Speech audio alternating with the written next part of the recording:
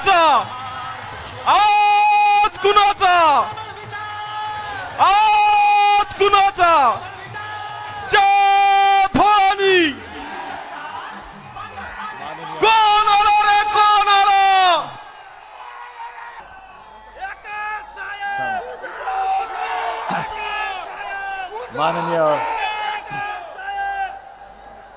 माननीय गोपीनाथजी, रामदासजी, राजू शेट्टी बसलेत, महादेवराव बसलेत, व्यासपीठावरील सर्व मान्यवर आणि जमलेले माझ्या तमाम हिंदू बांधवांनो, भगिनींनो आणि मातांनो,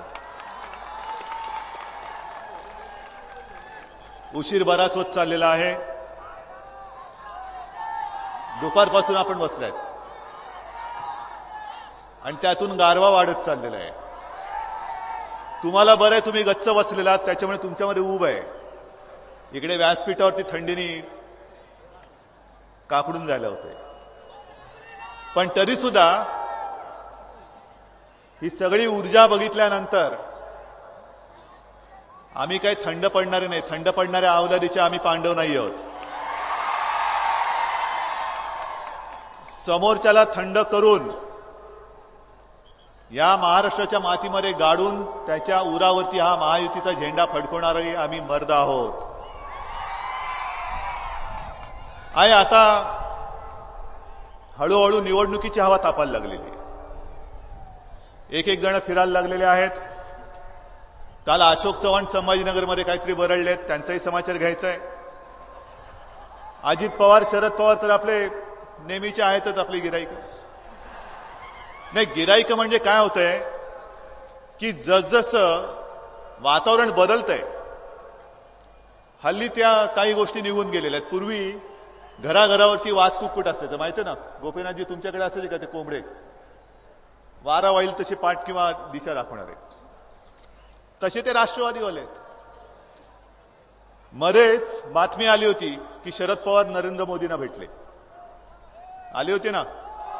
म्हणजे यांचं असंच आहे, अरे निवडणुका लढता कशाला? नंतर एका खिडकीतनं आम्हाला जर का डोळे मारता तर निवडणुकीचं नाटक करता कशाला? लढायची नाही हिंमत, लढायची नाही ताकद, उसना आणता कशाला? म्हणजे दोन्ही दगडावरती पाय ठेवायचे, तिन्ही दगड म्हणजे जेवढे पाय असतील तरी नशीब माणसाला 2च पाय असतात. नाहीतर तो ऑक्टोपस असतो तर 8 पाय असते, तर 8 दगडावरती पाय ठेवले असते यांनी. हे आता असं जनतेच्या पाठीत वार करणारं राजकारण ही आपली महायुती करत नाही. आम्ही करू तो समोरून वार करू, पण पाठीत वार करणारे आम्ही राष्ट्रवादीच्या अवलादीचे नाही आहोत, अजिबात नाही आहोत. आणि सोबत आता हे सगळे मर्द आलेले आहेत. राजू शेट्टी आहेत, रामदासजी, तुमच्यावरती गुन्हे दाखल झालेत, सदाभाऊंवरती झालेले आहेत. मी तुम्हाला आज वचन देतोय की थोडे दिवस थांबा. आपलं सरकार आल्यानंतर तुमच्यावरचे गुन्हे सगळे आम्ही मागे घेणार, म्हणजे घेणारच, मागे घेणार. आणि एवढंच नाही तर ज्यांनी गुन्हे दाखल केलेत त्यांना बरोबर त्यांच्या पापाची फळं ही त्यांच्या पदरात टाकून, ते धोंडे त्यांच्या पदरात टाकून त्यांना तुरुंगात धाडल्याशिवाय राहणार नाही, त्यांना तुरुंगात धाडल्याशिवाय. ही आजची महाविराट सभा आहे. पंकजा, पहिला प्रथम मी तुझं अभिनंदन करतोय. मला माहिती नाही, बऱ्याच वर्षानंतर किंबहुना पहिल्या प्रथम पंकजाचं भाषण मी ऐकलं. कारण आतापर्यंत जेव्हा भेटली तेव्हा कधी गोपीनाथजी आपल्या बैठकीत सुद्धा बसत नाही आणि तोंड सुद्धा कधी उघडत नाही. पण मला माहित नाही एवढं तू खरोखर रणरागिणीसारखी, वाघिणीसारखी भाषण करतेस. ते महायुतीची अशी आपली वाटचाल चाललेली आहे.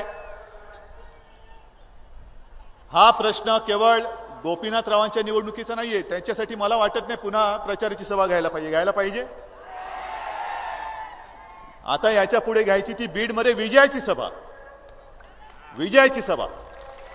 आणि हा विजय मला सगळ्यांकडनं एक वचन पाहिजे, द्यायला तयार आहात? मला यावेळेला समाधान, गोपीनाथराव तुमच्या नुसत्या आघाडीने होणार नाही, मला समोरच्याचं डिपॉझिट जप्त करून पाहिजे. देणार आहात काय? कारण हे जर होणार नसेल तर मग या जोशाला, या उत्साहाला काही अर्थ नाहीये. निवडणूक आम्हाला जिंकायची, ती आमच्यासाठी नाही, खुर्च्या उभवायला नाही. आजपर्यंत ज्यांनी आपल्या आयुष्यावरती, घरादारावरती वरवंटा फिरवला.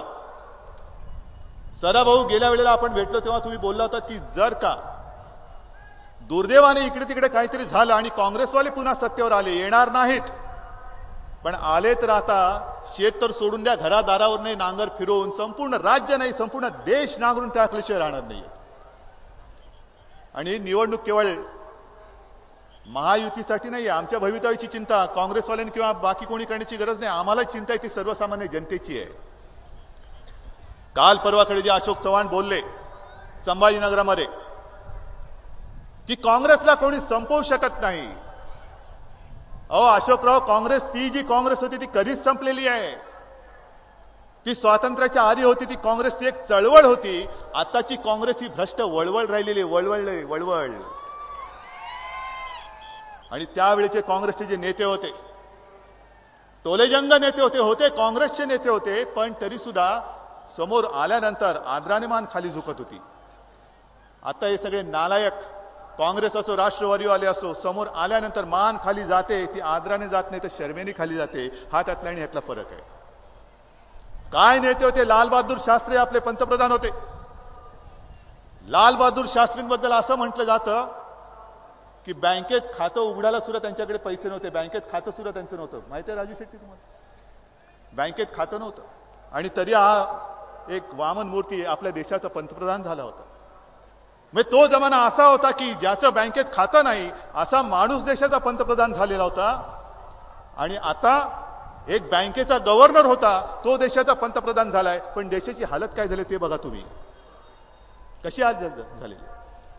लाल बहादूर शास्त्रींनी जो नारा दिला होता, जय जवान जय किसान, अशोक चव्हाणांना म्हणा या तुमच्या नांदेड जिल्ह्यामध्ये काय चाललंय? जय जवान तर तिकडे त्या सरहद्दीवरती जवानांची मुंडकी उडवली जात आहेत, तरी सुद्धा काँग्रेस सरकार हालायला तयार नाही. आणि या अशोक चव्हाणांच्या नांदेड जिल्ह्यामध्येच शेतकरी आत्महत्या करतायत. खरीजी तो फोटो द्या इकडे. राजू शेट्टी तुमच्यावरती गुन्हा दाखल केलाय, रामदासजी तुमच्यावरती गुन्हा दाखल झालेला आहे. मग हा जो शेतकरी होता दिगंबर शंकर वसुरे, हा घ्या, हा फोटो बघा त्याचा, हा फोटो बघा. अरे तुमच्या आमच्यासारखा माणूस होता, जिवंत माणूस होता. दाखवा, त्यांना दाखवा फोटो. हा भोकर मधला होता आणि याने आत्महत्या केली. आता गेल्या 8-15 दिवसातली घटना आहे, जास्त जुनी नाहीये. पण याने आत्महत्या केली याचं कारण की 2013 ला याचा ऊस उचलला जायला पाहिजे होता. 2014 उगवलं तरी सुद्धा याचा ऊस उचलला जात नाही, जागेवरतीच आहे. आणि असे अनेक अनेक अनेक शेतकरी जर आत्महत्या करण्याच्या मार्गाने जाणार असतील तर गुन्हा दाखल करायचा कोणावर? फासावरती लटकवायचं कोणाला? खुनाचा गुन्हा तुम्ही राजू शेट्टीवरती दाखल करता, पण तुमचं सरकार नालायक ना करतं नपुसक सरकार तिकडे गाडीवरती बसल्यानंतर जर माझे शेतकरी अशी आत्महत्या करत असतील तर गुन्हा या मंत्र्यांवरती दाखल केला गेला पाहिजे. कोण आहे भ्रष्ट? काय भ्रष्टाचार? सदाभाऊ खोतवरती तुम्ही गुन्हा दाखल केलेला आहात. आणि म्हणून गोपीनाथजी आपण जे ठरवलेलं आहे की येत्या 28 तारखेला जे जे भ्रष्टाचारामध्ये अडकलेले, भ्रष्टाचाराचे आरोप ज्या मंत्र्यांवरती आहेत त्या मंत्र्यांचा एक प्रतिकात्मक पुतळा, 16 मंत्री आहेत ना विनोदजी, त्या 16 तोंडांचा रावण तयार करायचा आणि 28 तारखेला जिल्ह्यामध्ये त्याची होळी करायची. करणार आहात की नाही? ही होळी पहिली 28 तारखेला करायची आणि त्याच्यानंतर निवडणुकीमध्ये काय करायचं हे तुम्हाला सगळ्यांना माहिती आहे. हे सगळं आता होतंय ते डोक्यावरनं पाणी जात चाललेलं आहे.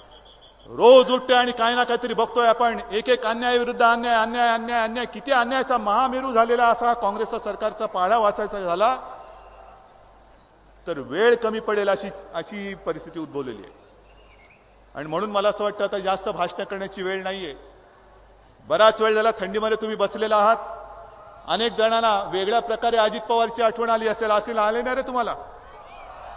अजित पवारांची खूण ते बिचारे दाखवू शकत नाही, त्यांची हालत झालेली आहे. पण एक मला सांगायचं, मी भाषण करायला पुन्हा येईन, पण आज हा शेतकरी आपल्यातनं निघून गेलेला आहे. मी शेतकरी बांधवांना सांगतो की बाबांनो, एक थोडा वेळ तळ सोचा, आत्महत्या करू नका. तुमचं कुटुंब उघड्यावरती पडते. अरे तुम्ही असताना कुटुंबाची हालत होते, तुम्ही गेल्यानंतर कुटुंबाकडे बघणार कोण? आणि म्हणून मी तुम्हाला सगळ्यांना आवाहन करतोय, शेतकऱ्यांना आवाहन करतोय की आता आत्महत्या करू नका. हे 5 पांडव तुमच्या मदतीला आलेले आहेत. या 5 पांडवांची वज्रमूठ मला एकदा उचलून दाखवा सगळ्यांनी. एक वज्रमूठ दाखवा सगळ्यांनी. आणि कॅमेरावाल्यांना सांगतो की वज्रमुठ दाखवा, अजित पवारांना दाखवा, शरद पवारांना दाखवा, पृथ्वीराज बाबाला दाखवा, सोनिया गांधीला सुद्धा दाखवा आणि अशोक चव्हाणांना सांगा की काँग्रेस संपवू शकणार नाही. आता वल्गना सोडून द्या. काँग्रेस आम्ही गाडून टाकल्याशिवाय स्वस्थ बसणार नाही. यापुढे केवळ बीडमध्येच नव्हे आणि गोपीनाथजी 35 नव्हे, मी म्हणेन 48च्या 48 खासदार या महायुती आणि महायुतीचेच निवडून येतील. हा वज्र निर्धार करून आम्ही दिल्लीच्या दिशेने कूच करतो आहोत. तुम्ही सगळेजण जिथून जिथून आलेला आहात तर सगळ्यांनी एक शपथ घेतली पाहिजे, एक निर्धार केला पाहिजे. आम्ही तर शिवबंधन बांधलेलंच आहे, पण हे शिवबंधन तुम्ही सुद्धा बांधलं पाहिजे. आणि जो अन्याय करणारा हा कारभार आहे, या अन्यायाला गाडून, या सरकारला गाडून नरेंद्र मोदींना आपल्याला दिल्लीमध्ये पंतप्रधान म्हणून बसवायचं आहे. बसवणार आहात की नाही? समोर कोणी उमेदवार हवे ते, पण त्याचं डिपॉझिट जप्त करून बीडमधनं गोपीनाथ मुंडे आणि महाराष्ट्रातून 48च्या 48 सर्व आपले महायुतीचे खासदार प्रचंड ताकदीने आणि प्रचंड शक्तीने दिल्लीमध्ये पाठवूया. जय हिंद, जय महाराष्ट्र. आणि आम्ही आभार मानतो.